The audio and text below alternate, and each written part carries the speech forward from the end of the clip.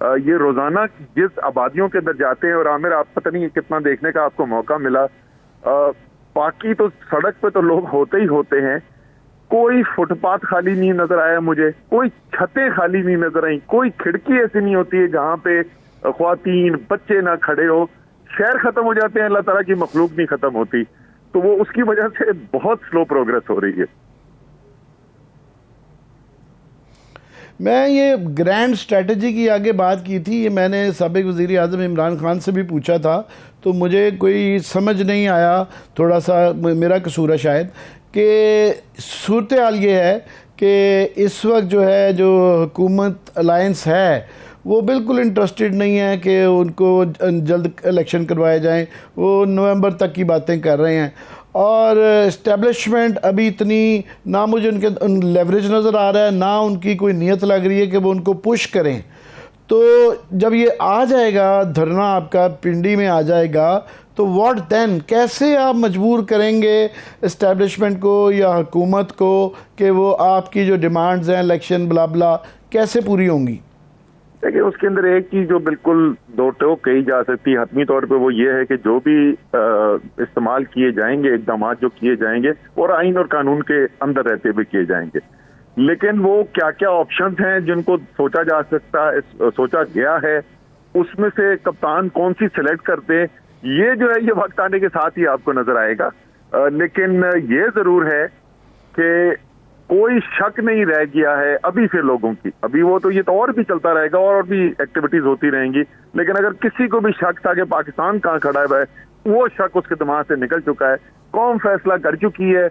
اب خطرناک صورتحال جو پیدا ہو رہی ہے وہ یہ ہے کہ ایسے لگتا ہے کہ قوم ایک طرف کھڑی ہوئی ہے اور ریاست دوسری طرف کھڑی ہوئی ہے، جو کہ آبویسلی ایک نہایت خطرناک آپ صورتحال کہہ سکتے ہیں کہ اگر یہ بات آگے چلتی رہی تو اس کے نتائج اچھے نہیں ہوتے ممالک کے لیے.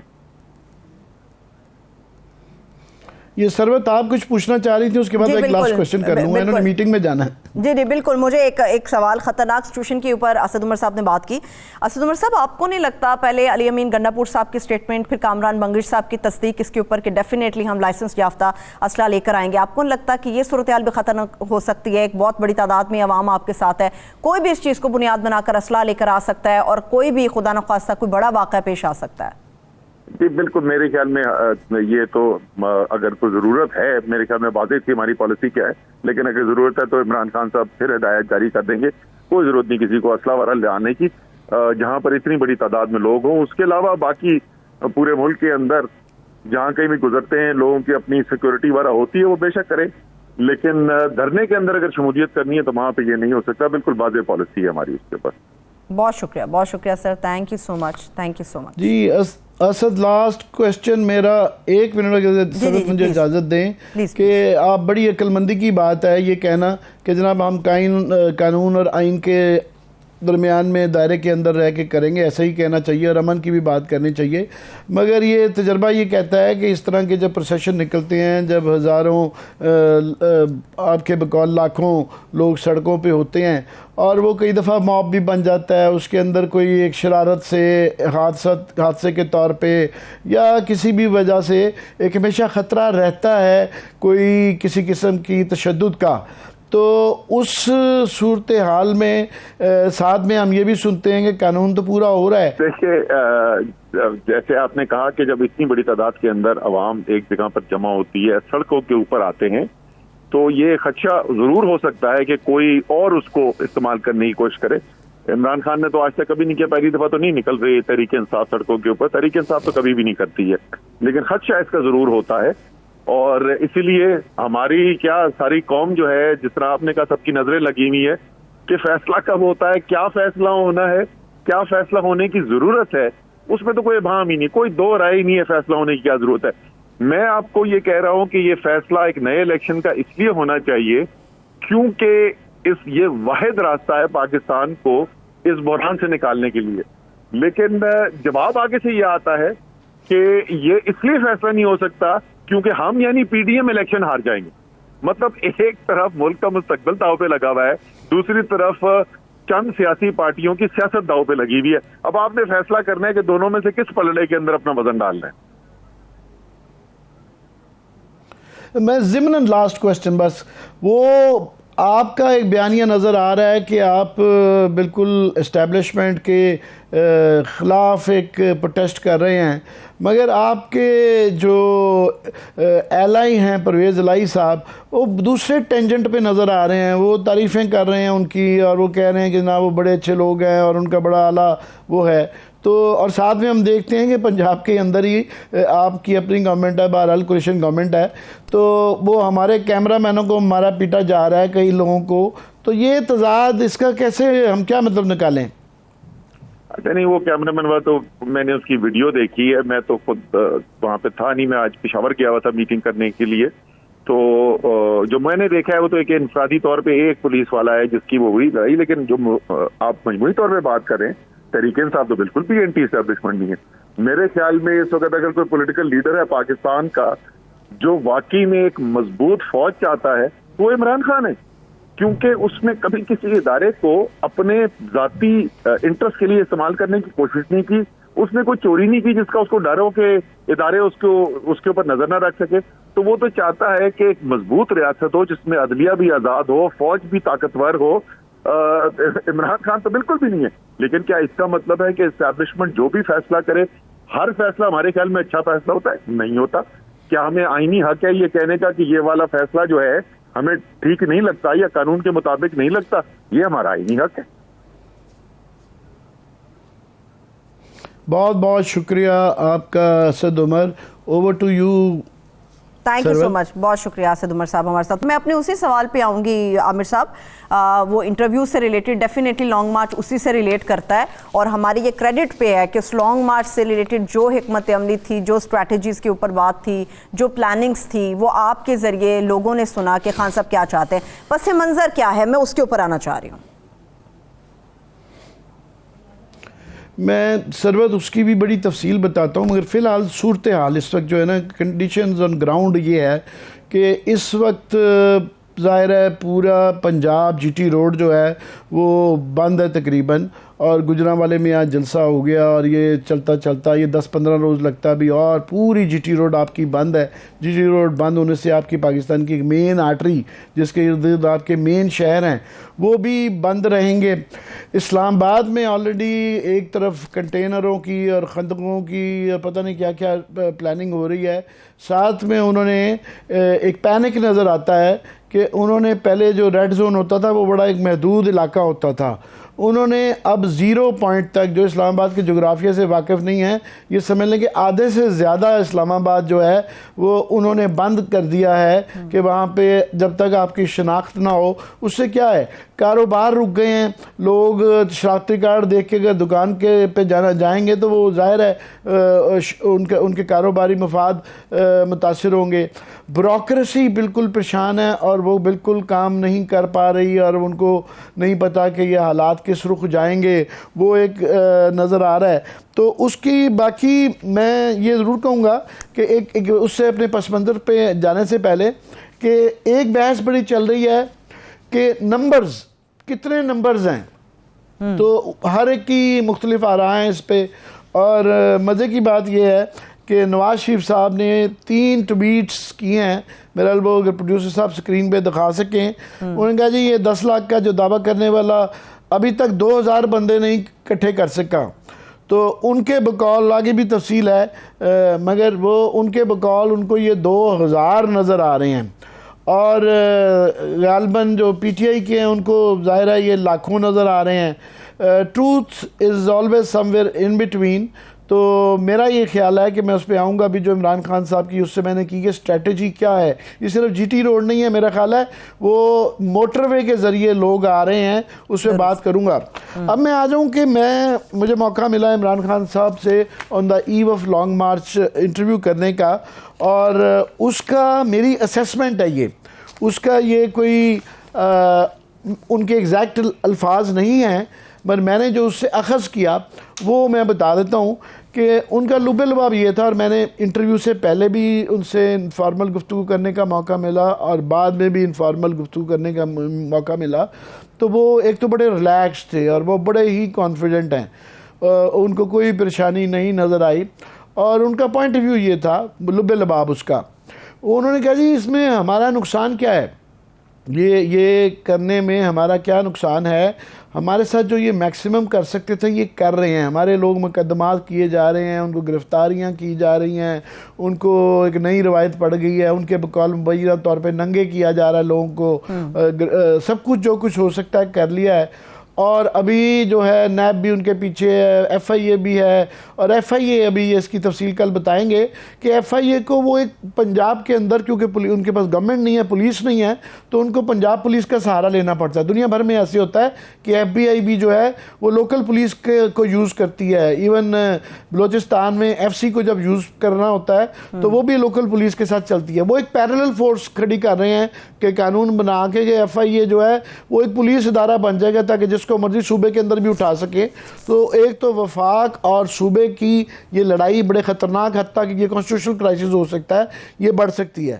دوسرا ان کا کہنا تھا کہ یہ ہماری پروٹیسٹ کرنے سے کم از کم یہ اس میں میرا خیال ہے اسیسمنٹ ان کی، میری اسیسمنٹ کہ اس سے شاید تھوڑا سا جو کر سکتے تھے وہ کر لیں، شاید کمی آئے۔ اور اس سے آگے یہ ہے کہ یہ جو مارچ جب پنڈی پہنچے گی تو میرا یہ ہے کہ ان کی اسٹریٹجی جو میں سمجھ پایا ہوں وہ یہ ہے کہ بالکل وہ وہاں سے تو ہوگا، پورے جی ٹی روڈ سے گزر کے آئیں گے، یہاں پنڈی پہ انہوں نے جو 6-7 انٹری ایگزٹ پوائنٹس ہیں نا، ادھر سے انہوں نے کنٹینر لگائے ہوں گے، دوسری طرف جو ہیں پی ٹی آئی کے ورکرز ہوں گے، اور انہوں نے پورا انتظام کیا ہوا ہے کہ ان کو کھانا پانی سب کچھ فراہم کیا جائے۔ تو یہ جب کیپٹل آپ کا سمجھ لیں کہ راجدھانی کا ایک محاصرہ ہو جائے تو گورنمنٹ رک جاتی ہے، اور یہ 2-4 دن آپ دیکھیں فیض آباد کے اندر وہ جو مولوی حضرات آئے تھے 2-4 ہزار لوگوں کے ساتھ انہوں نے اسلام آباد بند کر دیا تھا۔ یہ تو پورا ایک طرف سے آپ دیکھیں کشمیر ہائی وے یا جو بھی پوائنٹس ہیں سارے وہ بند کر دیں گے، تو یہاں کے لوگ باہر نہیں جا سکتے، باہر کے لوگ یہاں نہیں آ سکتے، تو یہ ایک بہت بڑا کرائسس تو ہوگا۔ جو عمران خان کی میں نے اندازہ لگایا، انہوں نے تو ایک الیکشن کیمپین سٹارٹ کر رہی ہے نا، ان کو ہی ہیز نتھنگ ٹو لوز، کہ وہ ایک قسم کی جب بھی الیکشن ہوگا تب بھی ہوگا، لوگوں کی موبلائز کر رہے ہیں، اور کر رہے ہیں۔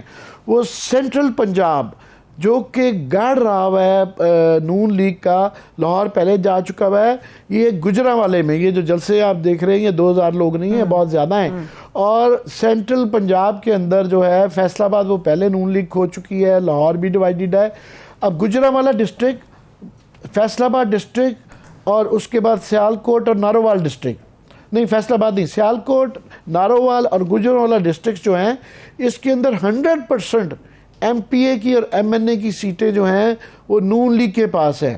تو یہ ان کا آپ سمجھ لیں کہ پولیٹیکل جو ہے یہ قلعہ ہے، یہ ان کی فورٹریس کے اندر درار ڈال رہے ہیں وہ، تو یہ ایک لمحہ فکریہ ہوگا، تو اس کے پیچھے ان کی اسٹریٹجی ہے، تو یہ مجھے گرینڈ اسٹریٹجی لگتی ہے۔ آپ نے وقفہ شاید دینا ہوگا، اس کے بعد آپ یا سوال آئے تو آپ بات کر سکتی ہے، میں مزید آپ کو جواب دے دوں۔ نہیں ابھی بریک کی طرف نہیں جا رہے عامر صاحب، میں ایک سوال آپ سے کروں گی اور جواب بھی ابھی چاہوں گی آپ سے۔ آپ نے جس طرح سے بات کی کہ الیکشن کمپین کی شاید وہ تیاری کر رہے ہیں، آپ کو لگتا ہے کہ 60 سے زیادہ انہوں نے بہت بڑے بڑے جلسے کیے، عوام کا جم غفیر ان جلسوں میں نظر آیا، اس کے نتائج جو الیکشنز کے اندر ہمیں نظر آئے ڈیفینیٹلی وہ سب کے سامنے، اس کے باوجود بھی آپ کو لگتا ہے کسی قسم کی الیکشن کمپین کی کپتان صاحب کو ضرورت باقی ہے؟ نہیں، وہ آپ کو ایک مومنٹم رکھنا ہوتا ہے۔ الیکشن کیمپین سے مراد یہ ہے کہ لوگوں کی موبلائزیشن، تو لوگوں کا جب لوگ دیکھتے ہیں، کافی سارے لوگ دیکھتے ہیں وننگ پارٹی کے ساتھ جانا چاہتے ہیں، اور ہر شہر میں جا کے وہ خود جب تقریریں کر رہے ہیں تو اس سے ایک ان کی پارٹی موبلائز رہتی ہے، اور وہ جو درمیان میں سوئنگ ووٹ ہوتا ہے جو کہ نیوٹرل ووٹ ہوتا ہے وہ بھی آپ کی طرف کئی دفعہ مائل ہو جاتا ہے۔ پھر آپ نون لیگ کے یا پیپلز پارٹی کے لوگ بھی کافی ہیں، وہ جب دیکھتے ہیں کہ جناب یہ اس پہ بھی اثر ہوتا ہے، تو یہ ان کے ہارٹ آف دیئر سینٹر، اس کے اندر سے جب یہ آپ کامیاب جلسے کرتے ہیں تو یہ میسج چلا جاتا ہے ہر ایک کو، بیوروکریسی کو بھی، اسٹیبلشمنٹ کو بھی، تمام پاور لابیز کو، کہ یہ عمران خان آ رہا ہے۔ ایک بات یاد رکھیں کہ ان کے پاس جو ہے گورنمنٹ کے پاس ایف آئی اے ہے، کیپٹل ہے، نیب ہے، عمران خان کے پاس سب سے بڑی طاقت اس کا ہے عوامی سپورٹ، ان کا ٹرمپ کارڈ یہ ہے، تو وہ اپنا ٹرمپ کارڈ استعمال کر رہے ہیں کہ عوامی سپورٹ رکھیں۔ اور اس کے بعد اب یہ جو یہاں مار دھاڑ شروع ہوئی تھی اور بہت زیادہ ایک بدلے کا تھا کہ جناب ہمارے ساتھ جو 4 سال ہوئی ہم اس کا بدلہ یہ ان کو آئیں گے، اور ان کا ارادہ تھا کہ اسی سال میں وائپ آؤٹ کر دیں گے، وائپ آف کر دیں گے عمران خان کو. تو اس کے بعد سے وہ ذرا کام مشکل نظر آئے گا، بجائے کہ ان کا ووٹ بینک کم ہو ان کا ووٹ بینک بڑھتا ہوا نظر آ رہا ہے. اور اس کے بعد جب واقعات ہوتے ہیں، ارشد شریف جیسے واقعات، ان کی شہادت ہوئی ہے، اس سے میں یقین کریں ہمارا تو بھائی تھا، ہم ساری کمیونٹی ہماری بڑی اداس ہے.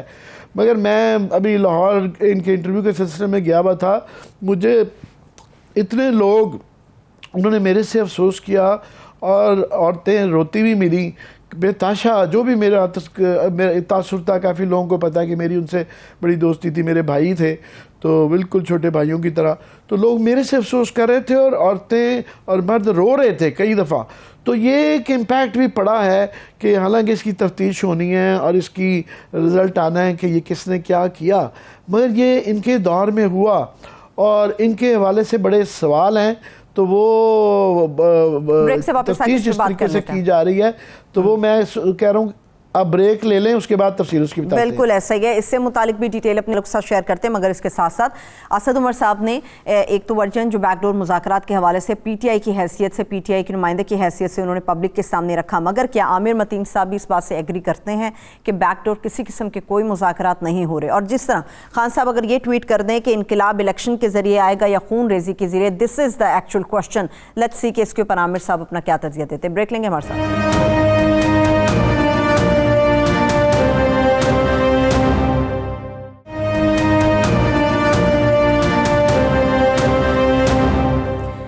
بریک کے بعد ایک بار پھر سے پروگرام میں ہم آپ کو خوش آمدید کہیں گے. ارشد شریف صاحب کے قتل کیس کے حوالے سے جو بڑی ایک پیش رفت ہوئی عامر صاحب، اس کے اوپر میں ڈیفینیٹلی ابھی ایک آدھے سوال کے بعد آؤں گی. مگر جو میں ٹیزر اپنا چھوڑ کے گئی تھی بیک ڈور مذاکرات کے حوالے سے، میں چاہ رہی ہوں کہ اس کے اوپر آپ کا تجزیہ لے لوں. کیا آپ کو بھی لگتا ہے کہ اسد عمر صاحب نے جو بات کی ڈیفینیٹلی ایسا ہی ہے، یا آپ کو لگتا ہے اپنے مطالبات کے لیے کچھ نہ کچھ پس منظر میں ضرور چل رہا ہے؟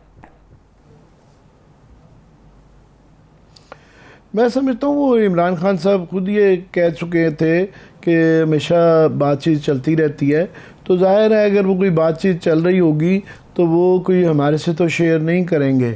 تو اس کے لیے ان کو اگر بات چیت کامیاب ہو جائے گی تو اس کے بعد وہ ظاہر ہے یہ پھر سارا لانگ مارچ بھی کینسل ہو جائے گا، پھر اس کا وہ اعلان بھی کیا جائے گا. اور اس کے اندر میرا خیال وہ اس کا پتہ چل جائے گا، کیونکہ آن بورڈ جو ہے اس کے اندر گورنمنٹ کو بھی آنا ہوگا، ان کو اپوزیشن کو بھی آنا ہوگا، اس کے بعد اسٹیبلشمنٹ کو بھی آنا ہوگا. اور ایک میں جو اسیسمنٹ آپ پوچھ رہی تھی مجھ سے، میں دو چیزیں اس میں مزید ذکر کر دوں. ایک تو میں نے عمران خان صاحب سے یہ سوال کیا تھا کہ پاکستان کی تاریخ میں آج تک جتنی بھی لانگ مارچز ہوئیں یا حکومت کی تبدیلی ہوئی وہ اسٹیبلشمنٹ کی مرضی سے ہوئی. تو اس انٹرویو کے بعد انہوں نے میری درستگی فرمائی. انہوں نے کہا نہیں، یہ جوڈیشری کی جو موومنٹ تھی وہ تو مشرف کو لے بیٹھی تھی، جو کہ ایک ٹوٹل ڈکٹیٹر تھا اور آل پاورفل پریزیڈنٹ تھا. تو وہ ان کا ایک پوائنٹ ویلڈ تھا. دوسرا یہ کہ ارشد شریف کا جو صدر میں کہہ دوں اس کا جو ملنے ملانے کے والا ہے، میرا خیال ہے کہ وہ ابھی یہ بالکل ارلی سٹیج ہے. اور عمران خان کی باتوں سے مجھے یہ لگا کہ وہ اس میں تھوڑی سی گنجائش ہے. فوری الیکشن تو ظاہر ہے ہو بھی نہیں سکتے، اور اس کے اندر ہم یہ ایک اور قدغن بھی ہے کہ لیگل مسائل بھی ہیں. ان کا وہ تیار شاید ہوں کہ 2-4 مہینے آگے لے جانے میں، مارچ اپریل مئی تک جا سکتے ہیں، جون تک بھی شاید جا سکتے ہیں. مگر وہ سب سے زیادہ انٹرسٹڈ ہیں کہ الیکشن کے جو لوازمات ہیں، ایک جو رولز آف دا گیم ہیں وہ طے ہونے چاہیے. الیکشن کمشنر جو ہے کنٹروورشل ہو گئے ہیں، ان کا تبدیل کرنا ہوگا. اس کے بعد جو ہے کیئر ٹیکر گورنمنٹ کے جو ایک فیئر ہو تاکہ فیئر الیکشن ہو سکیں. تو ان کا یہ صرف یہ نہیں ہے کہ ڈیٹ مانگ رہے ہیں، وہ ایک پورا پیکیج ہے. اور اس پیکیج کے لیے میرا خیال ساری پارٹیوں کو ہوگا. ابھی جب بھی ان کو بات چیت کا کوئی نہ کوئی آتا ہے، اشارہ آتا ہے، تو ان کو یہ لگتا ہے کہ یہ ہماری ٹیمپو توڑنے کے لیے, ہمیں رکوانے کے لیے, اور یہ وعدہ کر کے کہ 1 منٹ آپ اس کو روکیں, ہم آپ کا کوئی سلوشن نکالتے ہیں. تو وہ جب تک یہ ان کو اشارہ نہیں مل جائے گا, اشارہ نہیں, یقین دہانی نہیں کرائی جائے گی کہ جناب یہ بالکل ہیئر از دی ڈیل, آپ کا یہ معاملہ ہے, اور علی الان یہ بتایا جاتا ہے کہ جناب یہ ان کی یہ ڈیمانڈز مان لی گئی ہیں, باقیوں پہ نیگوشیٹ ہوگا, جب تک وہ ٹلنے والے نہیں ہیں. تو ملاقاتیں میرا خیال ہے سائیڈ لائنز پہ ہمیشہ ہوتی رہتی ہیں, ابھی بھی ہیں, مگر ابھی تک کوئی نتیجہ خیز نہیں ہوئی ہیں. اب آ جائیں ارشد پہ. ہمارے لیے کیونکہ ظاہر ہے بڑی تکلیف دہ ہے, اور اس سے زیادہ تکلیف دہ اس کی شہادت کا یہ پہلو ہے کہ یہ اس کی جو تفتیش ہو رہی ہے وہ بڑی ہی مشکوک قسم کی تفتیش ہو رہی ہے, اور یہ لیلا پوتی کر رہے ہیں, کیونکہ یہ الزام ہمیشہ جو بھی اس طرح کا واقعہ ہوتا ہے گورنمنٹ آف دا ڈے پہ بڑی ذمہ داری ہوتی ہے. اور یہ کیونکہ اس لیے بھی ہوتی ہے کہ انہوں نے ارشد کو یہ اب جو کہا جا رہا ہے کہ جی پاکستان میں وہ سیف تھا, وہ بالکل سیف نہیں تھا. اس کے اوپر جو ہے 16 مقدمات تھے, اور وہ مختلف شہروں میں کروائے گئے. اور یہ انور محمود صاحب ہمارے بڑے سینئر بزرگ ہیں, وہ انہوں نے یہ پوائنٹ آؤٹ کیا کہ جناب یہ جو ایس ایچ اوز ہیں ان کو بلا کے پوچھنا چاہیے, یا وہ کمپلیننٹ ہیں چیک کرنا چاہیے کہ کیسے ایس ایچ او نے جورسڈکشن اس کی بنتی تھی کہ اپلیکیشن کوئی دے اور کوئٹہ میں اور سارے پاکستان میں مختلف شہروں کے اندر ایف آئی آر کر لی جائے. تو آف کورس بدنیتی تھی. پھر میری شہید ارشد شریف سے بات ہوتی رہی کہ عامر بھائی وہ مجھے نا یہ اطلاع آئی ہے, اور وہ بڑے دھانسو قسم کے رپورٹر تھے, ان کے پاس بڑی مصدقہ اطلاع تھی, ان کی سورسز تھی کہ مجھے یہ اٹھانے والے ہیں اور ان کو فالو کیا جا رہا ہے. ہم سب کو پتا تھا, ہم سب نے ٹویٹس کی ہوئی ہیں, میں نے بڑی سخت ٹویٹس کی ہوئی ہیں کہ یہ ایک ریڈ لائن ہوگی. تو اس کو بالکل دوڑایا گیا جس طریقے سے. اور اس کے بعد جو اب تفتیش ہو رہی ہے, تفتیش میں جو پہلے اناؤنس کیا گیا تھا کہ جناب یہ جوڈیشل کمیشن ہوگا, اور وزیر اعظم پاکستان شہباز شریف صاحب نے یہ کہا تھا کہ وہ چیف منسٹر اسلام آباد ہائی کورٹ کے چیف جسٹس سے درخواست کریں گے کہ وہ اس کا کمیشن کا کوئی سٹنگ جج ہمیں دیں جو اس کو کر سکے. ہماری اس کے اندر بھی تھا, یہ درخواست تھی کہ اس میں تمام سٹیک ہولڈرز کو ڈالیں, ان کی فیملی ممبرز کو بھی ڈالیں, ہماری کمیونٹی کے لوگوں کو بھی ڈالیں. ہم بہت بڑے سٹیک ہولڈرز ہیں, ہمارا بھائی شہید ہوا ہے, اور ہمارا ساری کمیونٹی اس سے بہت زیادہ تذبذب کا شکار ہے, پریشان ہے. تو ہم اپنے نمائندے دینے کے لیے تیار ہیں اپنے اس کے ساتھ. مگر وہ بھی جوڈیشل پہلے تو کمیشن بنا نہیں تھا, تو انہوں نے 2 لوگ بھیج دیے جن کے متعلق جن کا کریڈینشلز بڑے مشکوک ہیں, تو ان لوگوں کو بھیج دیا. اور ان کی رپورٹ آ رہی ہے کہ انہوں نے 2 لوگ جو ڈرائیور اور جن کے پاس ٹھہرے تھے, یہ وقار صاحب اور خرم صاحب, ان کی وہ ابتدائی تفتیش بھی ہے. اب جب یہ کمیشن بنتا ہے اس کے ٹرمز آف ریفرنس ہوتے ہیں, اس کا ایک پراپر طریقہ کار ہوتا ہے. یہ نہیں کہ آپ 2 بندوں کو بھیج دیں اپنی مرضی سے, اور جن کا بہت زیادہ ظاہر ہے اپنی مرضی کے بندے جب بھیجے جاتے ہیں تو آپ کے ان کو پتہ ہوتا ہے کہ کیا کرنا ہے. اور انہوں نے کینیا میں جا کے وقار صاحب اور خرم صاحب کے انٹرویو کر کے ابتدائی رپورٹ بھی دے دی, یہ ہوا وہ ہوا. تو اس رپورٹ کی کوئی ویلیو نہیں ہے, جس سے ہمیں بھی یہ شک پڑ جاتا ہے کہ یہ اس کو کور اپ کرنا چاہ رہے ہیں. تو جو لگائے کمیشن کے اندر صاحب وہ ایک ریٹائرڈ جج ہیں, اور غالباً پی سی او جج ہیں. تو یہ ان سے, اور جو سرکاری ملازمین بھی ہیں, ہمیں نہیں پتا وہ سب کی کنسنسس کے ساتھ, مرضی کے ساتھ اگر ایسے لوگ لگائے جاتے کہ جن پہ سب کا اعتبار ہوتا. میں ان پہ کوئی شک کا اظہار نہیں کر رہا کہ ان کا کوئی جو لگائے گئے ہیں یہ کوئی بہت زیادہ مشکوک ہے, مگر جب گورنمنٹ کا طریقہ کار میں بہت غلطی ہے تو یہ آگے ہی ہم بڑے پریشان ہیں, ہم بڑے دکھی ہیں. اور پھر جب اس طریقے سے آپ کور اپ کریں, اس طریقے سے آپ اس تفتیش کو ایک گروپ پہ یا ایک خاص طبقے پہ ڈالنے کی کوشش کریں, تو ہمارا دکھ میں بہت زیادہ اضافہ ہوتا ہے. صرف یہ ہمارا دکھ نہیں ہے, یہ پورے پاکستان کا اس وقت دکھ ہے. صحیح ہے. لیکن عامر صاحب آپ کو نہیں لگتا کہ ارشد شریف صاحب کے قتل کے لیے جو انکوائری کمیشن بنایا گیا, سٹیک ہولڈرز کی بھی پوچھا جاتا ان سے, ان کو بھی لیا جاتا مشاورت کے عمل میں, اور ان کی مرضی کے ساتھ کچھ نہ کچھ ایڈ آن کیا جاتا؟ یہی تو میں عرض کر رہا ہوں کہ یہ ان سے مشاورت نہیں کی گئی. اور بھی بے سوال ہیں یہ کمیشن کے متعلق. فار ایگزامپل ہمیں نہیں پتہ ٹرمز آف ریفرنس کا نہیں پتہ کہ وہ کیا کھلے عام یہ اس کی پروسیڈنگز ہوں گی, بند کمروں میں ہوں گی, اور کس طریقے سے کن گواہان کو بلایا جائے گا.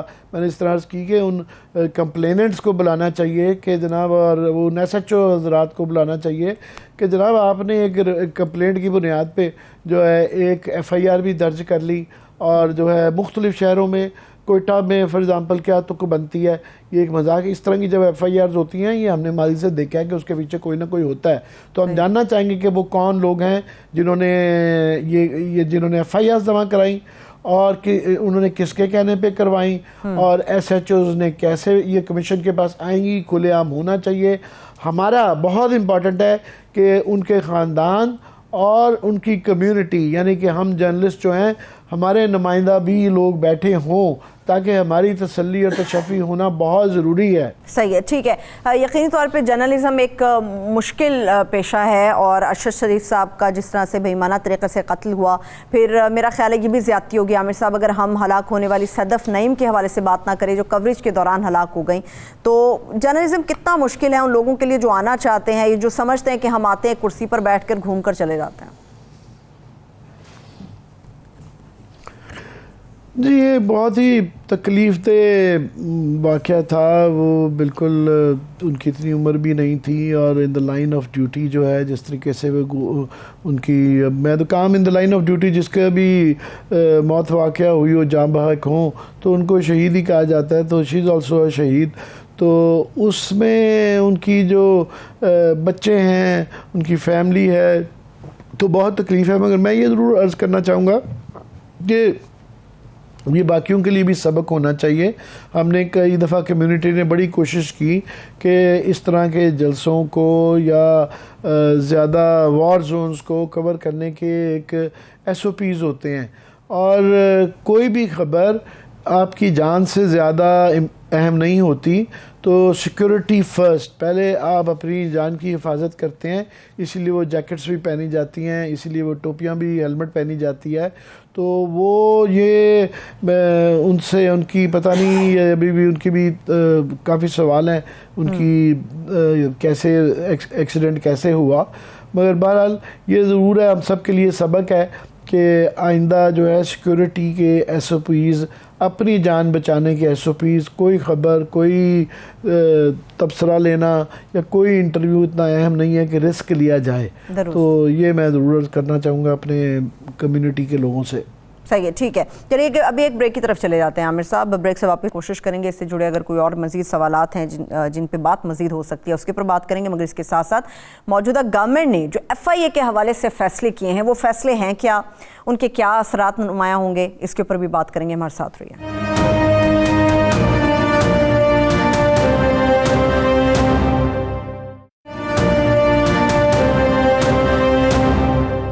بریک کے بعد ایک بار پھر سے پروگرام میں ہم آپ کو خوش آمدید کہیں گے. ایف آئی اے کے حوالے سے ڈیفینیٹلی بات کریں گے. مگر جو عامر صاحب کیبنٹ کا سائز انہوں نے بہت ہی بڑا بنا دیا, تو خان صاحب پہ تنقید کرتے تھے, اپنا نمبر 76 پر جا پہنچا ان لوگوں کا. یہ پھر جب ڈیسپریشن ہو, اور ڈیسپریشن بھی اب اس میں کوئی ڈکی چھپی بات نہیں ہے کہ وہ تھی کہ یہ اپنی مرضی کا آرمی چیف لگانے کے علاوہ اپنے کیسز ریموو کرنا تھا. جس طریقے سے نیب کے اندر ترامیم کی گئیں, جس طریقے سے نیب اس وقت ایکٹ کر رہا ہے, تو وہی مسئلہ تھا. اور یہی ہونا تھا جب اس طرح کی کولیشن گورنمنٹ بنتی ہے. تو ظاہر ہے ہر ایک کو خوش رکھنا ہے, ہر کوئی آپ کو بلیک میل کر رہا ہے کہ جی, تو یہ پھر وہ تھوڑا سا جو تاثر بنایا ہوا تھا شہباز شریف صاحب نے کہ ان کی مینجمنٹ بڑی اچھی ہے, تو اس کا ستیہ ناش ہو گیا. دوسرا یہ ہے کہ اس وقت جو لانگ مارچ چل رہا ہے, اب دیکھیں سارے میڈیا کا فوکس اس پہ ہے, اور یہ 15 دن تک رہے گا. جتنی مرضی یہ اس کے اوپر قدغنے لگا لیں, پریشرز ڈال لیں کہ جی لائیو نہیں چلے گا, یوں نہیں چلے گا, وہ نہیں چلے گا. اور یہ بڑی انفارچونیٹ ہے کہ اس طرح کے پریشر نہیں ہونے چاہیے, بہت زیادہ ہونے لگ پڑے ہیں. مگر پھر بھی سوشل میڈیا ہے, اور وہ لوگوں کی میڈیا کی مجبوری ہے، اور ورنہ نہیں جب اگر لوگ دکھاتے، میڈیا دکھاتا تو اس کی زیادہ برائی ہوتی ہے کہ اسپیکولیشن آ جاتی ہے کہ پتہ نہیں کیا ہے کیوں ہے۔ تو ایک تو یہ ہے کہ سب کا فوکس عمران خان کی، جو میں کہہ رہا تھا نا کہ ان کی از نتھنگ ٹو لوز، یہ ہے کہ وہ تمام اگلے 15 دن شاید مہینہ جو ہے خبروں کا محور جو ہے وہ عمران خان ہی رہیں گے۔ اس میں انہوں نے فار ایگزامپل آج 2-3 کام جو کیے اپنا امیج امپروو کرنے کے، وہ شہباز شریف صاحب نے فار ایگزامپل کسان پیکیج ایک اناؤنس کیا ہے، بڑی اچھی بات ہے، مگر وہ میں دیکھ رہا تھا کسی شو کے اندر اس کا ذکر تک نہیں ہوا۔ اس کے بعد میں دیکھ رہا تھا کہ سندھ کے اندر انہوں نے سپورٹ پرائز جو ہے غالباً 4000 ویٹ کی کر دی ہے، تو بڑی اچھی بات ہے، تو وہ بھی کہیں ذکر نہیں ہو رہا۔ تو ان کے جو اقدامات ہیں وہ اس کے اوپر فوکس نہیں آ رہا، فوکس سارا لانگ مارچ پہ کیا گیا ہے، اور یہ جو اسحاق ڈار صاحب کو لایا گیا ہے کہ ایک دم پولیٹیکل فیصلے کرنے، تو یہ چلیں ٹھیک ہے۔ پچھلی دفعہ بھی انہوں نے یہی کیا تھا کہ قرضے بڑھ جائیں، آپ کا ڈیفیسٹس بڑھ جائیں، مگر یہ ایک بالکل کور اپ، میرا نہیں خیال ہے یہ اتنا آسان کام رہ گیا ہے کہ آپ ایک حد سے زیادہ سبسڈی نہیں دیں۔ میں خبر دیتا جاؤں کہ پرسوں اسحاق ڈار صاحب نے تمام بینک، پاکستانی بینکس کو اور تمام یہ جو منی ایکسچینجرز کے جو نمائندے ہیں ان کو بلایا ہوا تھا، اور ان کو یہ حکم دیا گیا ہے کہ ڈالر کو آپ نے 200 پہ لانا ہے، no matter what it takes, اس کو لانا ہے۔ چلے بڑی اچھی بات ہے اگر وہ لا سکے، اور اس کے اندر یہ آئیڈیا بھی ڈسکس ہوا کہ خطرہ تھا کہ جی شاید یہ پاکستان یورو بانڈز کے اوپر ڈیفالٹ کر جائے، انہوں نے کہا جی ہم ڈیفالٹ نہیں ہونے دیں گے، اور یہ آئیڈیا بھی ڈسکس ہوا کہ شاید پاکستانی، کیونکہ باہر کے ہماری اس وقت کریڈیبلٹی نہیں رہی، تو ہمارے ہی بینک جو ہیں وہ یورو بانڈز کو خریدنا شروع کر دیں، انہی کے اندر انویسٹ کرنا شروع کر دیں۔ تو یہ کافی سارا ایک ان کا پولیٹیکل ایجنڈا ہے۔ وہ اسماعیل مفتاح اسماعیل جو ہیں ان کو ہٹایا گیا تھا کہ وہ ٹھیک ہے پولیٹیکل ایک وہ بھی کر رہے تھے، مگر وہ اکنامک درستگی بھی کر رہے تھے کہ آپ پاکستان کو، تو یہ اگر فرض کریں کچھ کر بھی لیتے ہیں کیونکہ مشکل ہے، کیونکہ سبسڈیز دیں گے، فلانی چیز کریں گے تو آئی ایم ایف بھی ناراض ہو سکتا ہے، اور یہ اتنا آسان کام نہیں ہے کیونکہ روم ٹو مینور بڑا کام ہے، مگر اگر کر لیں گے تو اس کے بعد اس کا خمیازہ آئندہ آنے والے مہینوں سالوں پہ رہے گا۔ صحیح ہے، ٹھیک ہے۔ اب ذرا ایف آئی اے کی طرف چلتے ہیں۔ عامر صاحب، حکومت نے کیا انیشیٹو لیا، کیا کچھ فیصلے کیے ہیں ایف آئی اے کو لے کر، کیا معاملات ہیں؟